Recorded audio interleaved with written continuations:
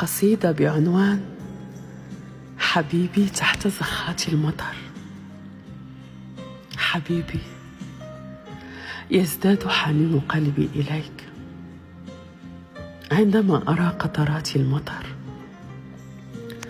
من شدة تلك القطرات تبللت ثيابي من شدتها. كم أشتاق إلى قربك مني ومشيك معي تحت تلك الزخات المليئة بالروعة والجمال. حبيبي، تعال معي لنروي عشقنا تحت المطر، فقد زاد جنوني بك منذ أن طرقت تلك الزخات مسامعي. حياتي، بكفي ودعنا نهيم في وادي المطر بجماله. خذني إليك ودعني أغرق في حنان صدرك، فقد اقشعر جسمي من برودة المطر. خذني لأمتلئ من دفء حنانك. روحي، أود أن تلقي على مسامعي أنشودة المطر، تلك الأنشودة التي تتخللها ألحان الحب والصفاء. عشيقي، أتذكر أول كلمة حب نطقتها شفايفك لي؟ فقد كانت تحت المطر. وأتذكر أول قبلة حانية بين عيني، فقد كانت تحت المطر. وأول ضمة حنان منك لي كانت تحت المطر. وأول كل هذا كان تحت زخات المطر. ويتساءلون الذين من حولي: لما تعشقين المطر؟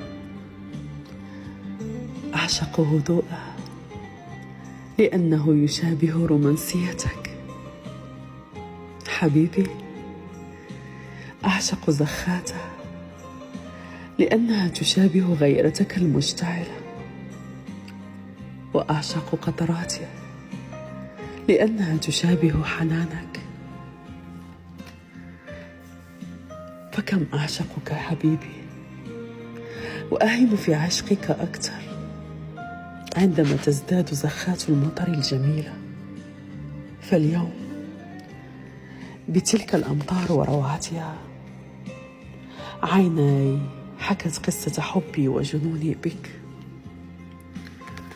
وأصبحت جميع الكائنات تعلم بذلك. فلم يعد حبك لي وهيامي بك سرا أخفيه عن كل ما في الوجود، بل أصبح قصة عاشقة مجنونة بمعشوقها، قصة تتداول بين هذه وتلك ويسمع بها هذا وذاك.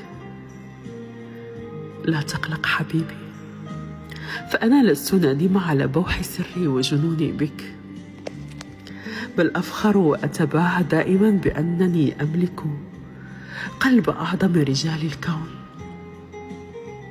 حبيبي، الكثير من حولي يزعم بأنني أصبت بالجنون، وأنا أزعم بأنني تعديت مراحل الجنون. فكيف لا يجن قلب عانق أبيض القلوب وأطهارها؟ فأنت حقا عشقي وجنوني، وتلك القطرات تزيدني جنونا. أعلم بأن الكلمات والتعابير تتراقص على شفتيك، ولست قادرا على البوح بكلمة. لا أود أن أسمع أي كلمة منها، فقد ضمني إلى صدرك المليء بالدفء والحنان. فقد ارتعش جسمي بردا من المطر وزخاته. لست أرتجي عذرا لدمعة باردة سقطت، بل أطالب بدفء ذراعيك، فهو قدر الذي لا يرد. يا من تضيق به المسافات وتتسع له الروح. اقترب، اقترب، فنبض قلبي لم يخلق ليعيش مفردا أبدا. أعلن احتلالك لروحي بصمتك المهيب، واتركني أرتب فوضاي بين أنفاسك حيث الوعد.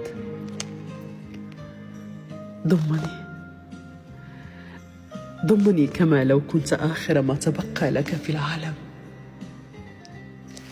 فضمة منك تساوي تاريخا. وأعلن أنك لست حبيبي بل كل الأوطان. وأعلن أنك لست حبيبي بل كل الأوطان، بل كل الأوطان.